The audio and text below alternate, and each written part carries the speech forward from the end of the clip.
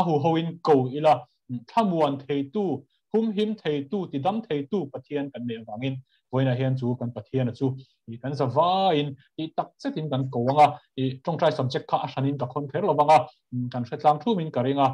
ti tak chetin pathian ma kan mang an na te nge kan du na te kan thenanga ti chuanin kan mic kha kan loin unmute thawanga ari in maniom huna ti tak chetin pathian kan kowanga azon hun hung ber chu in honna na top nang kan mang mai don nia chuan pathian ma kan zawa in lo tong trai ro lang ule Hallelujah, Amen. Lalpa, Zaina hianin ikai shuaina I ompuina Lalpa sarina legil neina khadem sian lalpa kan helai kan Inkhâwm te igil neina ikhawai na te lalpa lalpa kan masina han kan kan thil chuan lalpa vel lalpa buai da lau na chu mai min chi tu pai ni hian ala ngani thil chuan he te lalpa kan chuan lalpa kan thil chani pi kem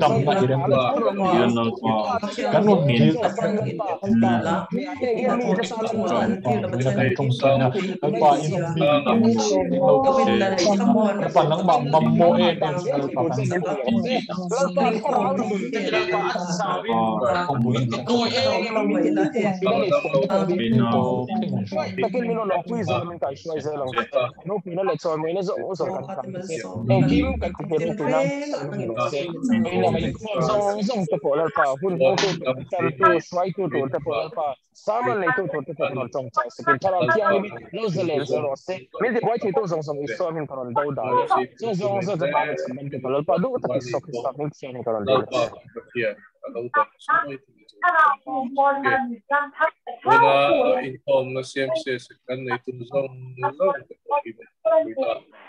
kan zawa ya Ṭantu sok kadam tu da Mizo Krista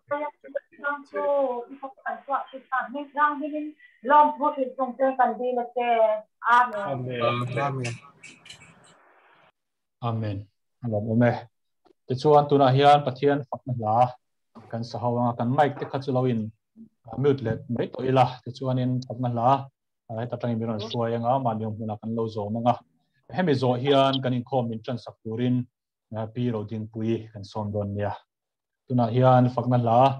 Christian labu number za som nga na kan zawain kan lo sakol don nia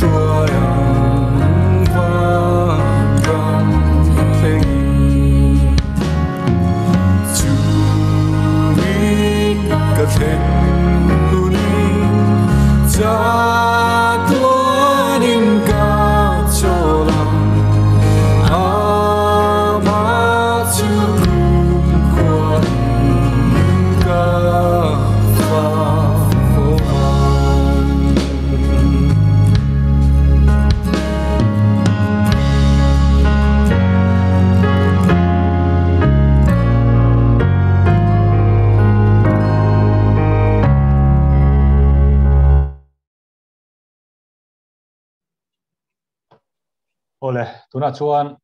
kan Inkhawm na min tran sak turin pi Rodingpuii kan somanga Mizo hian puan tur secretary om loin ka sia puan tur chu la om chuan khong kan assistant secretary mo ka kan somanga om lem lo chuan next kan kal mai don nia Ṭantu tur kan some Pathian tu thiang ni milo ngai thang sam somkwa pakhatna chang khata changa chang som produk na thleng hian Pathian thui lo ngai tha ang min veng tu Pathian chungnung bera biruk na muna chu engkim thi theya hima chuan a rengang lalpa chungthu a chuan ani chu ka Inkhawm himna le ka kulpui ka Pathian ka rina chu ani kati ang ani chuan thangkam tu thanglaka le shi thalo taklaka chuan a chan him do ani a thla in a khu ang che a thla nuaya chuan itlulu tang a thu tak chu pho te le pho lian ani zana thil rap thak chu ihlau lawanga chhuna thallo leng thin chu ihlau hek lawang thim nuaya shileng thin chu ihlau lawanga chhun laya thil ti thachin chiatna chu ihlau hek lawang isira sang an tu anga iding lama sing an tu bok ang nima sela nang chu a hnai lawang che I mitin I en anga miswak swalte rulna chu amu in ipmu chawang olal pa nang chu ka Inkhawm himna inisi chungnung bera chu I omnan imanga thil thalo reng in atop lawang che shi reng po in ipuan in aron hnai hek lawang ikong tin renga him to in ichung thu a zong awan ti ko te chu thu apedon si an kutin andom ang cha chuti lo chuan ike in lung ichui ta ange sakei bak nei le rul rial chu irap anga sakei bak nei wanglai le rul pui chu ichil na kang kachunga amangai na anga tlat awangin ka chan him anga kaping asiat awangin munsanga ka hlang ang ani chuan min kawanga ti chuan ka changang ke chu amang an lai chuan atnena ka anga ama chu ka chan himin ka choi moyang damre ne in ka tilung oi anga ka chan dam na chu ka mu tir bukang ti ni athu kan chiarte lalpan kan sarkan mal som ro se amen pathian ma kunin itong chaya olal pa kan pa du tak min mangai tu ban ni bu in ichol ni thiang him taka imi te nangma bia a Inkhawm na hun thatak mai min bo sei le wangin lom thu kan shil ache ni danga kan Inkhawm anga ibyak bu ka te Inkhawm theilo ma ila kan online Inkhawm le te hi ikuta lalpa kan hlana kan omna huna chau tharau hun khatin bin ompuila chunglam le pon lama min ti boy thei thil chi sang la ka khongai takin kan za in min humang che kan Inkhawm chunga hun hang tu to zong te i hena lalpa kan ron pa na thu cha soi tu to po nangin ompuila ai in buat sai na te mal somla Inkhawm zong te ta na hlok na ani chau theina turin khongai takin i hena lalpa kan ron dil che ni chuan olal pa kan tu lai khovel kan thirin chipui awang ile chiat na sang pangin kan khovela boya kan ru achi aya kan mang anga kan zam em ani ma se olal pa ithu kan en chuan nangma ring tu te le mangai tu te chu i tha tham don lova i than him jok don ani ti chiang takin kan mu a chuwang chuan ring tu te chu zam me lo tur kan ni zia te kan mang an lai po in kan he nei om thla don ani ti te thara kan shat le chho theina turin nangin puyang che kan chunga engpo lo thleng se ani chu ka Inkhawm himna le ka kulpui ka pathian karina chu ni kan ti chho theina tur in i he na kan za in kan ron ta ne ti chuan bu ina kan lo Inkhawm in kan member pui COVID-19 awanga dam lo zong te in lama omte le lalpa dam do in lama omte zong kan ron chong chai sake lalpa i khongai na iza ngai na antan kan ron dila iti dam nge turin i hena lalpa kan ron tan boke zong chumin chandam pula di swa Krista mingin kan dil che amen amen puan tu trul kha amen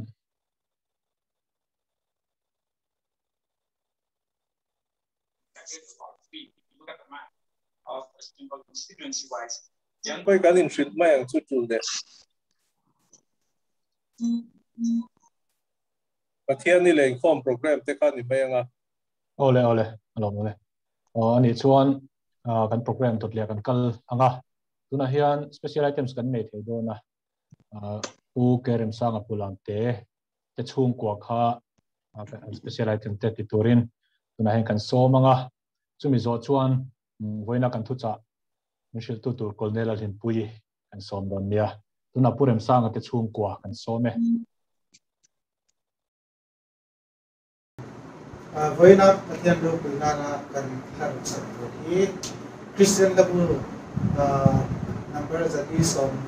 wale pangana iswa pangai na le thana di kha adia ketia special item de pura duat atam khan thina le nakin hun he he kan du yan aru lu yan om renga chu e kan lo thang lo ka he hi chu ti zuan kan lo zira the angin kan satrina chu ko Inkhawm na te pon kan member pui pulal sang luran pinan bora santa kun lo akin kan mama akina van rama kan hangai te kan lam mudon aniti rilru nanian lo chuan in tem na tu he na hian om lo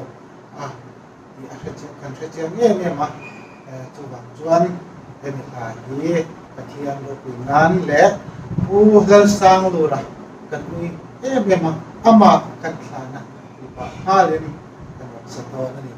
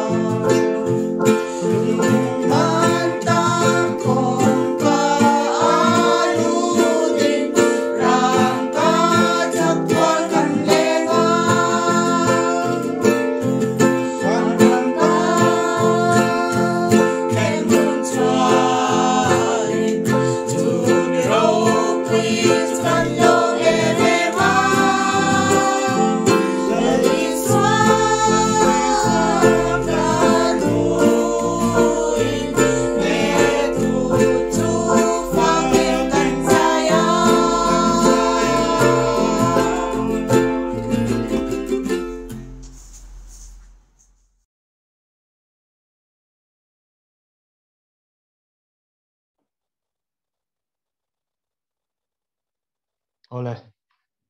với na kan Ṭantu te special item nei tu ten kun thatak main anon manga non ti hlo thing theya alom hle ani tuna chuan pathian thu cha kan ngai tha tonga thu cha min shil turin kolne Lalhlimpuii an some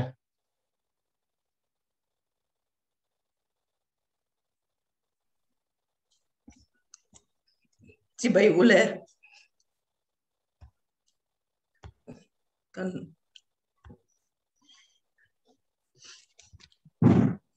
hey với na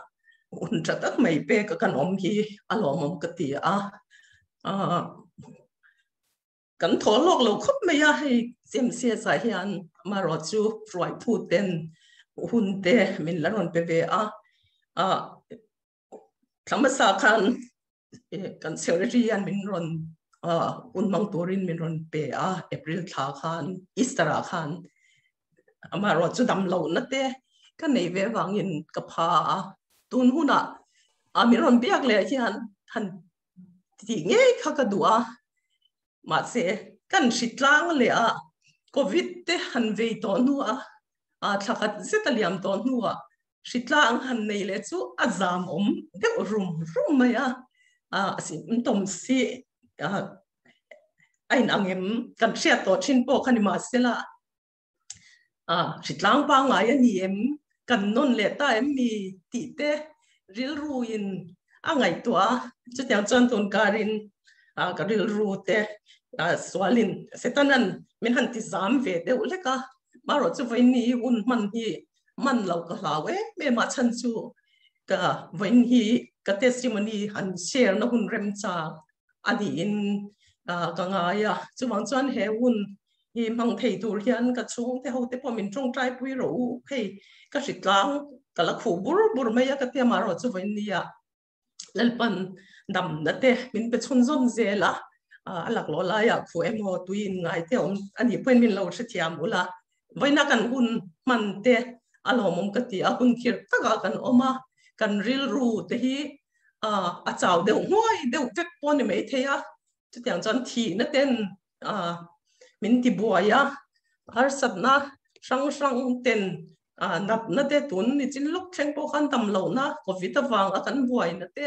trong trai na then tur lo thleng zut me a zop nun ang mai khan chu tiang chu tun lai kan hun te ani mamaro chu vai ni kan hun Ṭantu te hun Hruaitu in zam atangin an ron chiar to karil ruwa te an zinga mi an ni alomom ka te sam za som ni pakhat na khan tlang lama te khian ka mit ka len chawang khoi lama mi nge min Ṭanpuii na tur chu lo thlengang min Ṭanpuii na tur chu lalpa nei le wan siam tu te ni thingin lo thlengang ti thu te le sam som kwa le pakhat na te chung nong berabi rup na mana ma chu engkim ti thei a hlima chuan omani ti thu te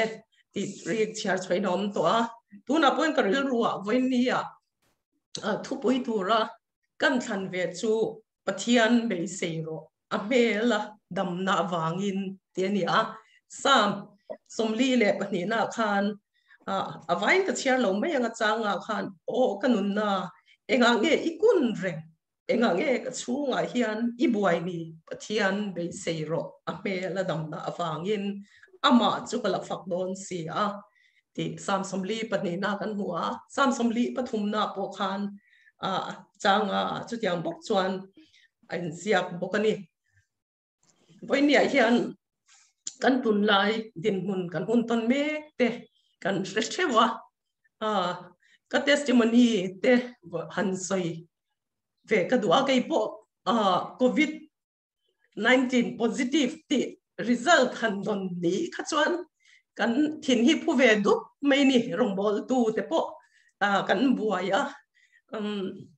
dam doina te march tha khan kan lut ve rap maro pathian khongai na zara vaini unte lalpan untra min pe min ti dama chu tiang chu kan hun ton te ni chu tun nai march ni som pathum atang khan ka khwa ten si ka chu tiang chon kan han oma chan ni kwa zep ina kanin en kol nuwa dam do ina zan ruk vel ka vom vel ama ti chuan lalpan min ti tamin voini hun hi kalau mang Pathianni dia kan soi masa doa ka testimony sang den soi masa ka doa voinia kan Thuhriltu chungami thawani February tha khan ka testimony ka thinnuwa hian in February tha dei to khan in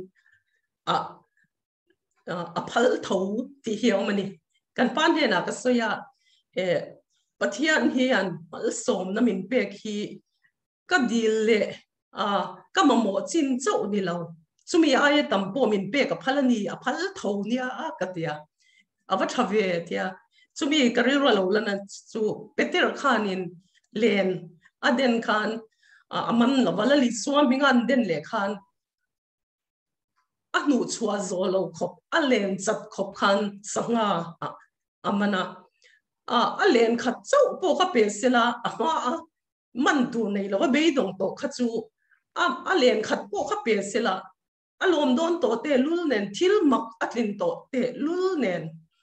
adon sen lo mal somna alen chat khop khala lali suana pe phala ten Mipuii sanga shai khanin changper pangales sanga pani ati pun khanin an ei tur chin tok chia khati pung sela thil mak ani to shim ani khatyang thil tlem te no pang tiffin mi pakhat ei tur pai mi sanga ei tur sem kha ma se chumi no chan bom rang som pani chuangin ape an dil ba an namoi tammal somna lalpan pe khi aphalani hi February tha khan karil walo langa chuwang chan aphal tho katiani chu ane chumi nuwa chuan March khatira hian rongbol na thelpoi mo awangin Punjab Amritsar kan kala chuta chuan officer mi tuak somni le panga hotela kanin kula tuma mi khwal danga nom lova ke mani hau cho hotel pakhat kan buka tuak somni le panga singa refresher course kan tia tiang chuan in rongbol na tenei howin kan oma chuta hun kan mana chuan azan nu bera ka thu soi ka thil soya chuan rongbol tu te ne na ka fuina chuan lalpa rongbol tur hian ma na khan min kowa ti in kan lo chang to yes kan lo ti to chuwang chuan tun huna po hian eng po kan ma lo thleng sela es chun zom ze lang u iti chun zom ze lang u kan har sat na te ai hian kan pathian hi achak zoka kan har sat na te ai hian kan pathian hi alian zo ka ro pui zo ka ni ti hi ka thu to ka hun ka soi to ber khan hi ti chuan kan hun man chu kan zawa in rinia zinga kan lo ho zinga thona kan tlo kan thut rei lo atangin rok ka za kan khu khewa ti chuan tlaya in kan thlenga azana atangin kan nu pain kan khwa sikta ti chuan kan khwa sika zan ni vel nu chuan covid kan han te sa kalo positive chumin nuwa kan chen pui kan fapa khan kan han ni ta chu tiang chu ama ka tes ama hun ka ngai tua lalpan mal som na min pek hi aphalani ka don sen lo po min pek aphalani ti te an har sat na hian kan Pathianni chak zo ka ni tia ka lo soi te kha huna khang ka thin nuwa aron let ta chon Bible hian eng kim min lo soi khal tan khal veka eng kim min ta ani min lo ti dei to aphal tho tia khanin mal som na ka don sen lo min pek ko phala hengar sab na te po hi ka ton ve ka chan ve po kha phala eng kim mai hi kan ta kan ton thei kan ni ve thei ani ti thu hi ka thin lunga alo le na ma se chumi huna chuan har sab na lo thlen huna chuan ama be sei tu te chulel pan min kal san lo ti hero pui ka ti ama be sei tu alama ama clear tu ke chulel pan min kal san lo ani chuan dam doina chuan kan lut ve ta room khata mani in kan oma kho har thaka taksa chaklava tonga har sa sentence line khatang vel tong po khanin kan ha maya bathroom thengkal po kan ha maya chu tiang chu akom lai chuan ringe ya pathian bia ki ka du thin ni har sa ka ti chung khan lalpa ka bethina nè na te kapuang indo na chulalpa indo na ne te na chulalpa ta ani ke mai mi ring lo mi te na mo mi dang in min mu se mo ti lem enge mo trong mo lem in ti tu rang hian kan chola lalpa trong har se me kan chol ri lo nge te ka tia ti khan pathian kha ka du sainan mi dang biak tu ran lawa nar se pon ron lu ta mi lo lu thin te kha han biak de la ri se te ka du ma se tu ma han ri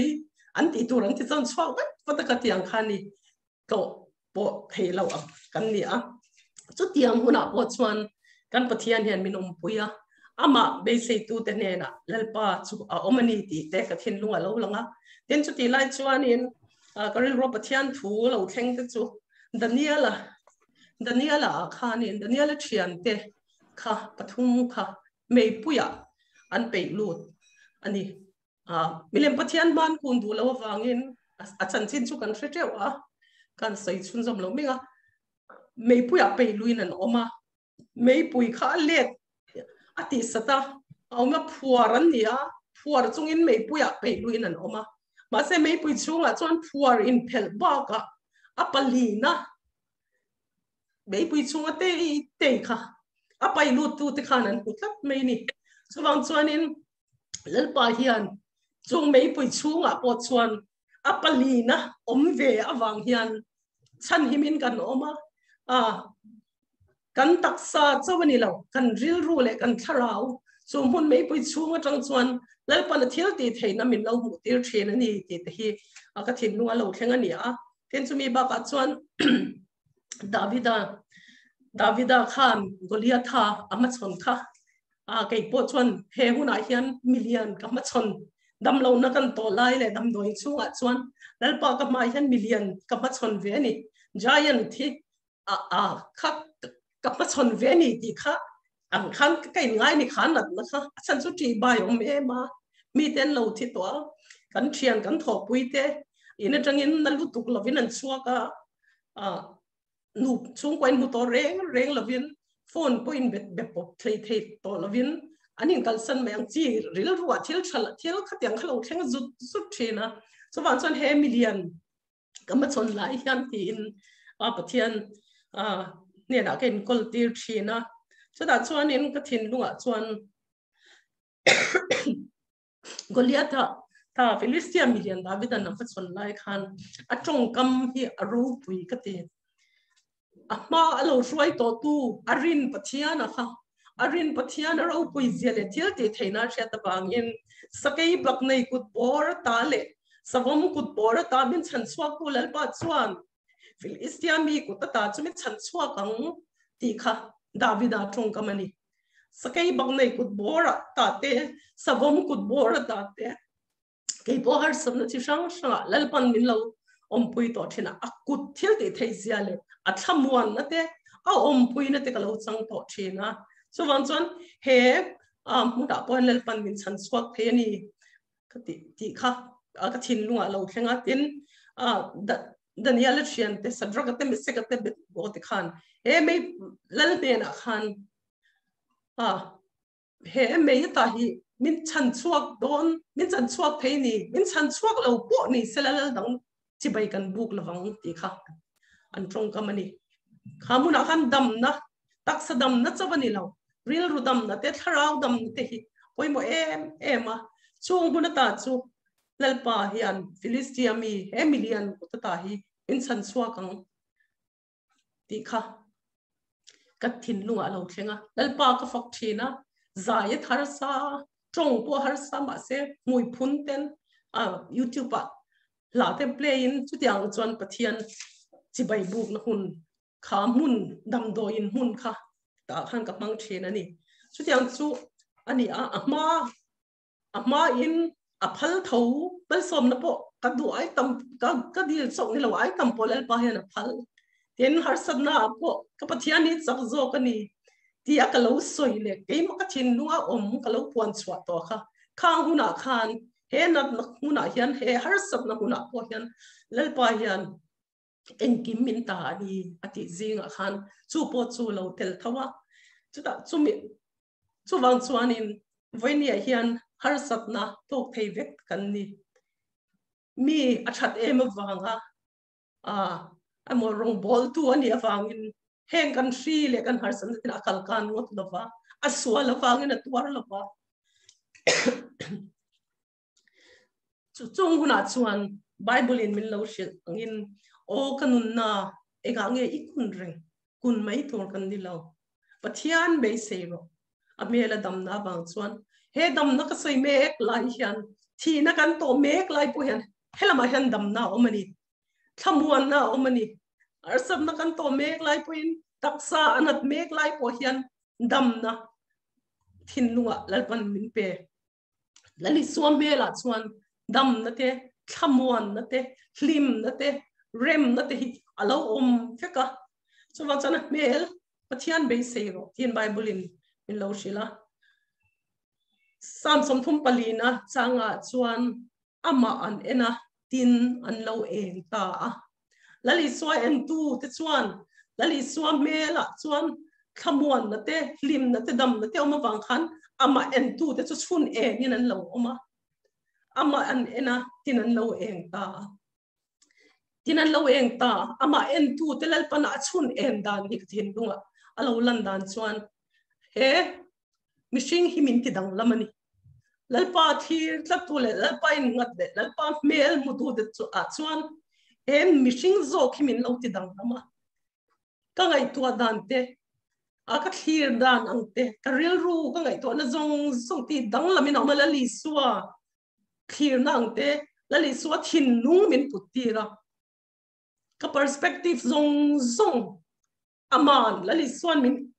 mel en tu te tan min chun en chuan min lo thak dang lam sak thei hi lo ni a chunun chu hlue em tharau thiang min zara voinia po hian ring tu ten hian kan mo tak setani lalpa en tu te chu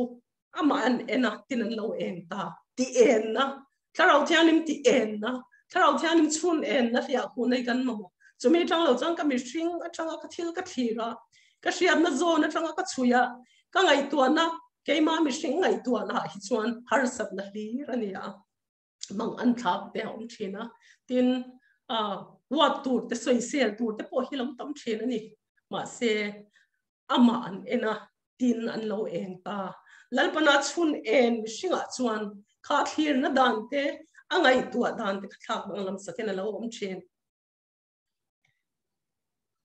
ama chuan kan dam na kan hua ama chuan ti danglam na kan hua pathian be se ama en tu te pathian be se ro mela dam na oma wang chuan ti samin min shil hian a mela dam na lali suwa adam na chu eng tin nge ke a pathian ka be se anga pathian lam ka hoyanga eng tin nge chu ka chana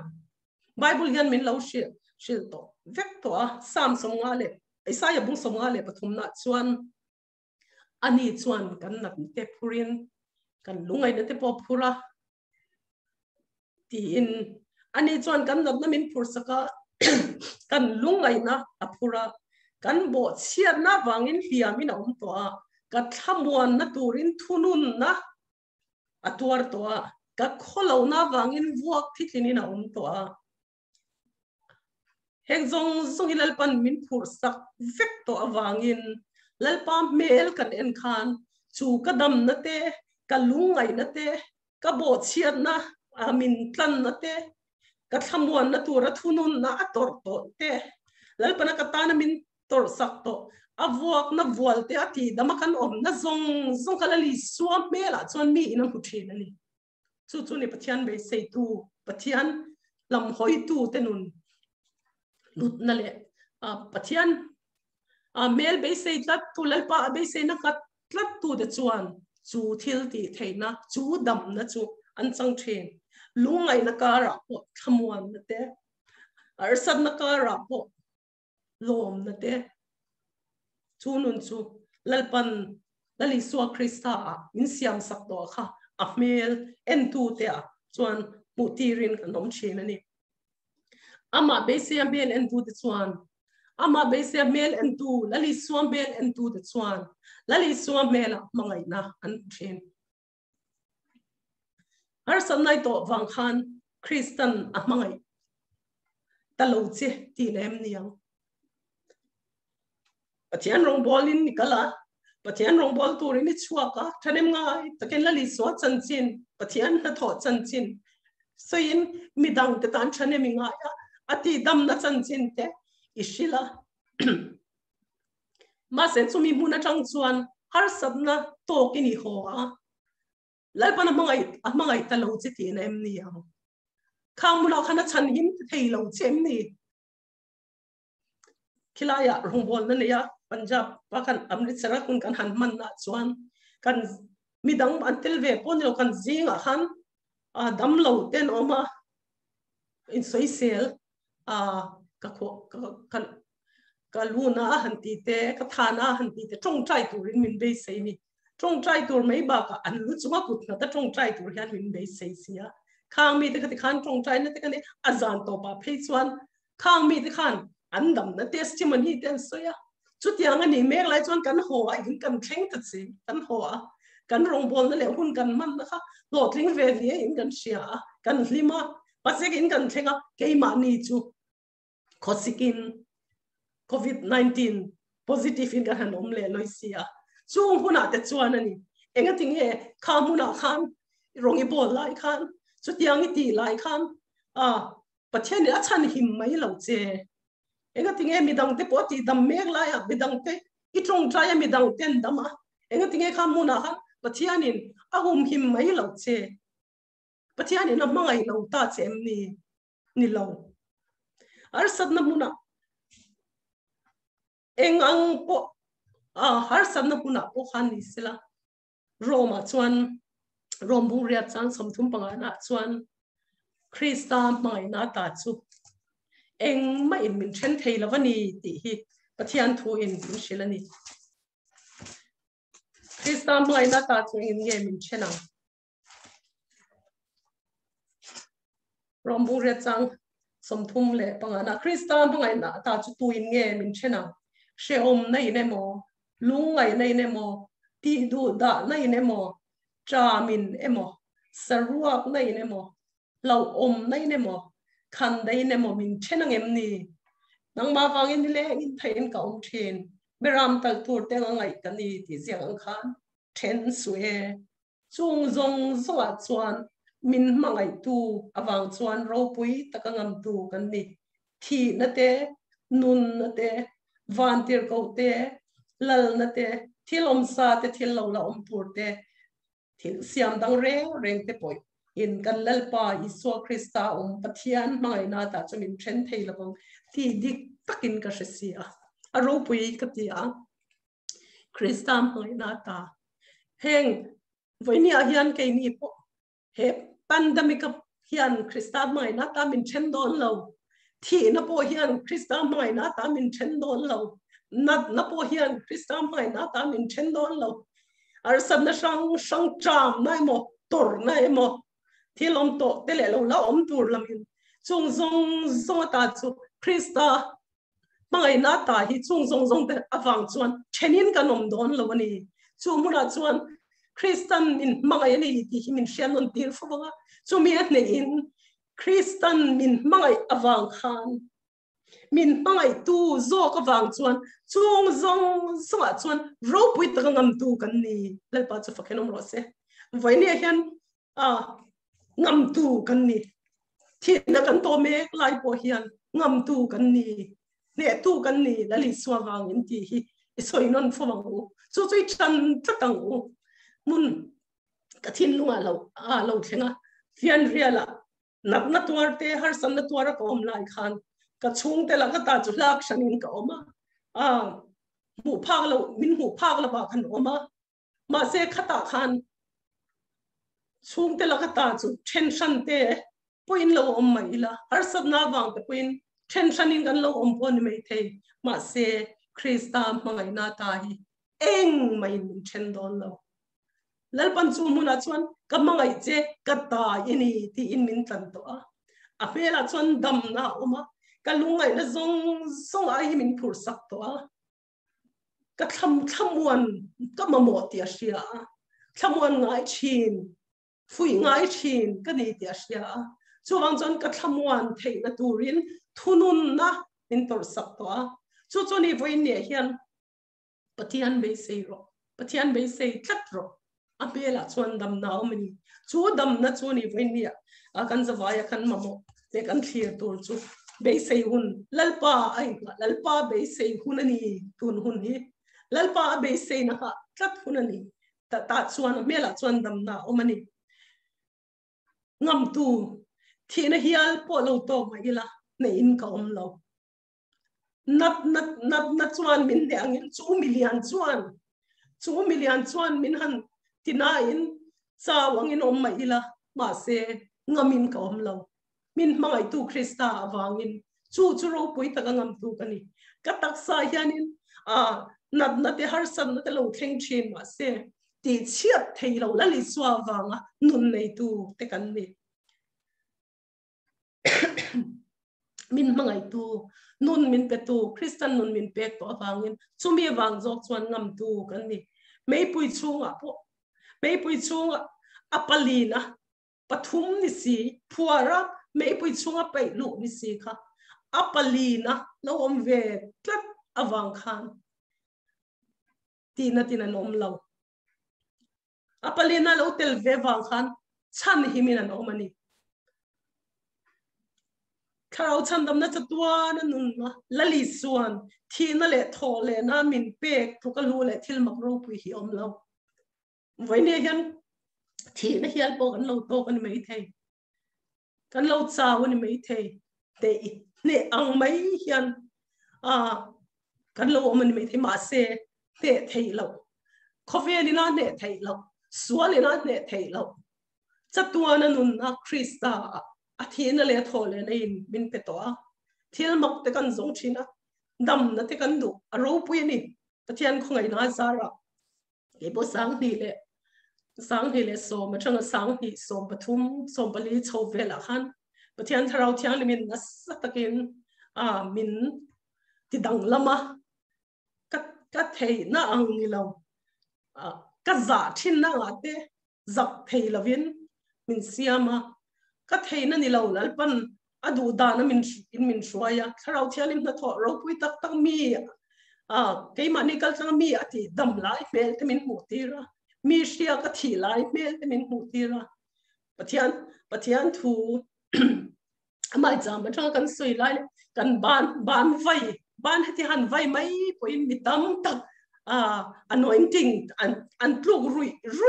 ang hun te khamin mutira ni to ani chung hun chulal pan mi khoi nei min kal tlang tir to a ro pui ni Pathian na tho hu hi tharau thialim thil ti theina mu hi ro ma se ven ni ka soi lu chung ro pui dam na te ro pui ma se ro pui ber chok chu lali suan thi na le tho le na wang chatua na nun na min pe hi a ro pui ber ni voi ni a hian thi na pui in pang Krista mai na ta min then thei lo lung ina nat na point min then thei lo chuti anekin Krista min pangai tu awang chuan chung zonga chuan ro pui ta ngam tu hi kan ni zel ni voine ne tu ini ti ngam tu ini ti lo shenon ne turin ka du chia kan tak sadam na kan tharau dam nan kan real ru dam nan Pathiani be sei tlatang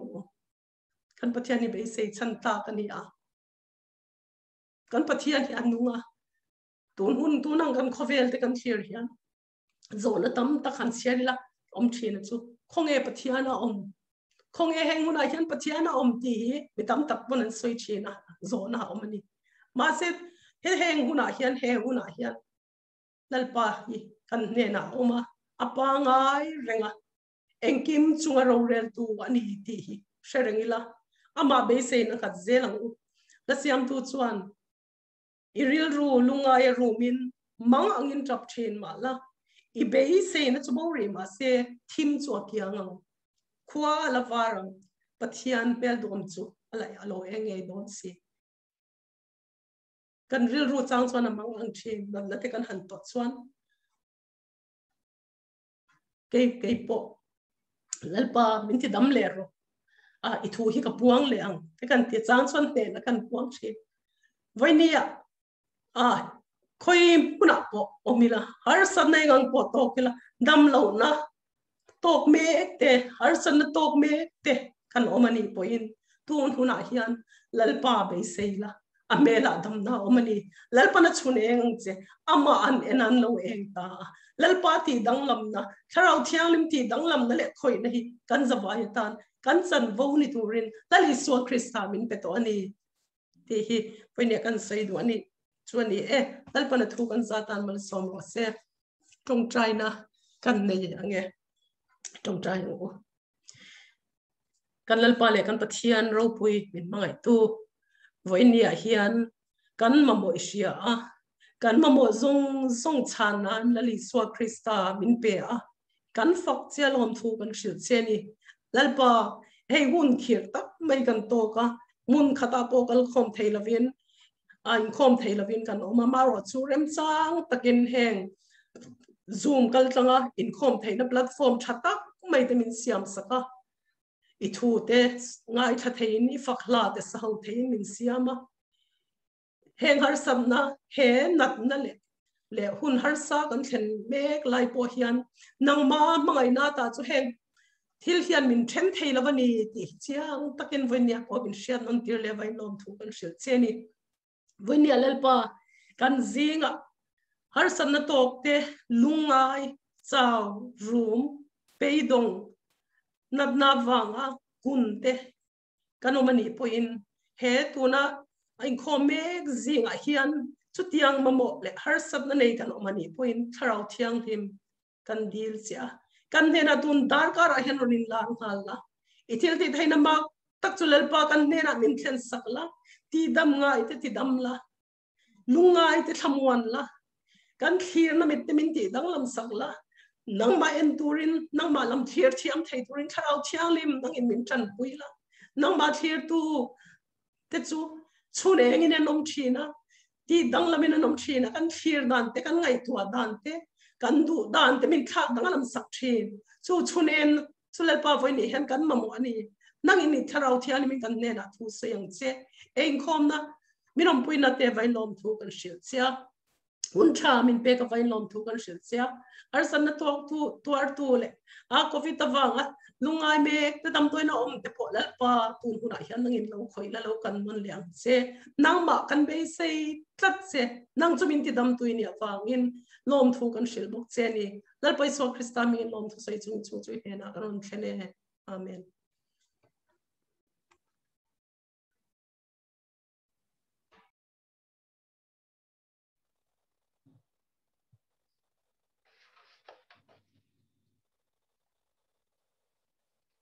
voina kan Inkhawm hi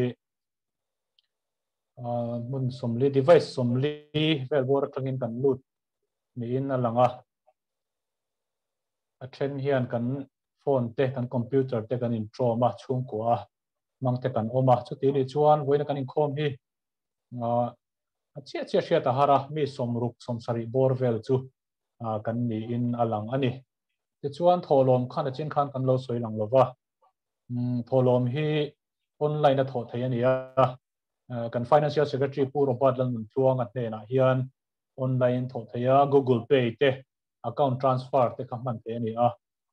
azot chiang du tan chuan group lama emo mimal ang te poin so chian thei zelani ti kha kan soi tu ni te chuan thu charo pui tak mai kol ne Lalhlimpuii hena train kan ngai ta ro pui khop maya ngai kha tu te ma som na tam tak a then karing ani te chuan kan thu changai thla kha tlang te khan la pakhat han than le ni a thain ka sia la han than le ka duwa Christian habu number za nga pakwana chandam tu min hruai zero ti kha han than ka duwa chang khatna hian damlai khovela hian lungoi na kim reng ka hmulawa mang an na le buai na har sak na ten ni tin min bom ma se min mangai tun kamang an na sia min tha tham ngai reng lawang ti hi han than ka du ni min mangai tu lalpan kamang an na sia min tha tham ngai reng lawang he lai hi kan sa anga Mizo hian trong China kan khom te min thin turin kan thalai leader atangwa Joshua Thanglalropuia kan som don nia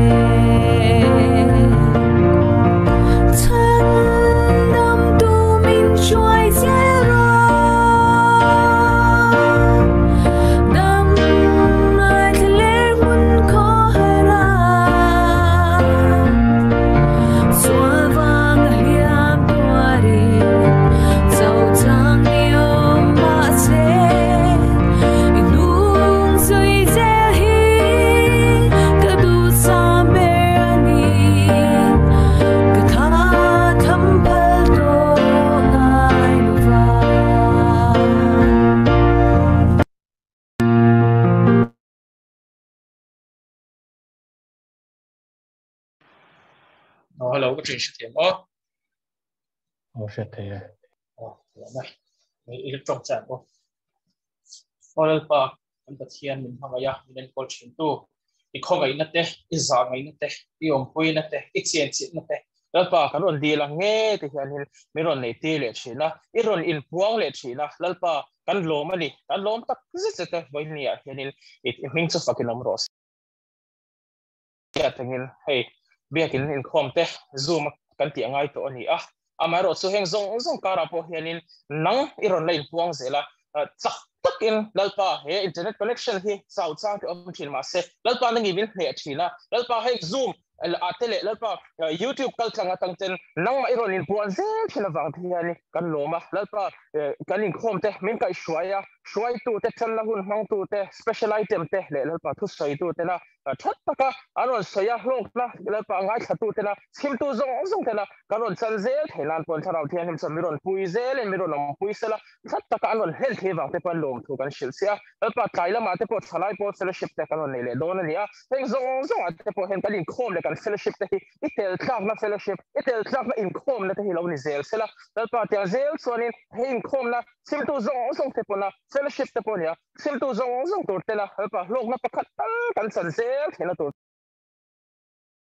wanga lalpa ti buai me te po mentally te po nyang su physically te po nyang su lalpa taksa le riru le poimo em tharawa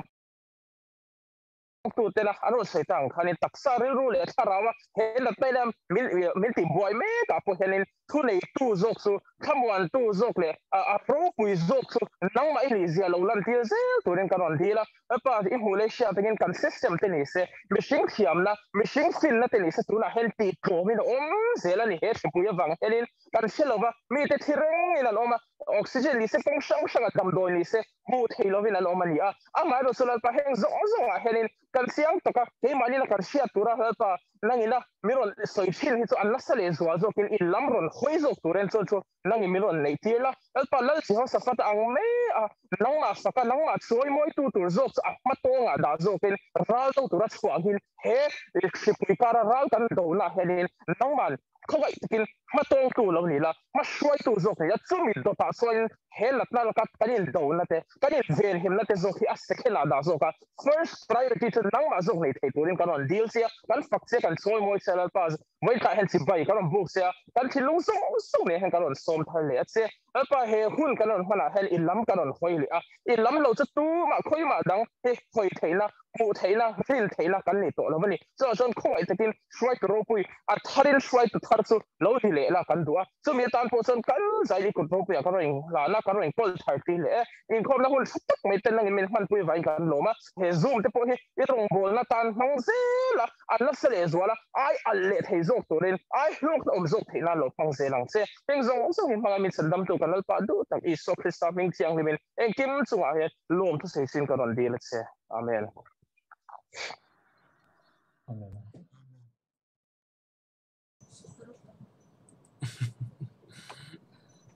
hello mom mai we do follow up mai Ṭantu angin kita special number te Lalhlimpuii Salmon chu te mai kan to pui to mai kan lom te mai ka vẫn chuyện không phân quản nghe lo mom lu tu ke lỗ thật có này lỗ cái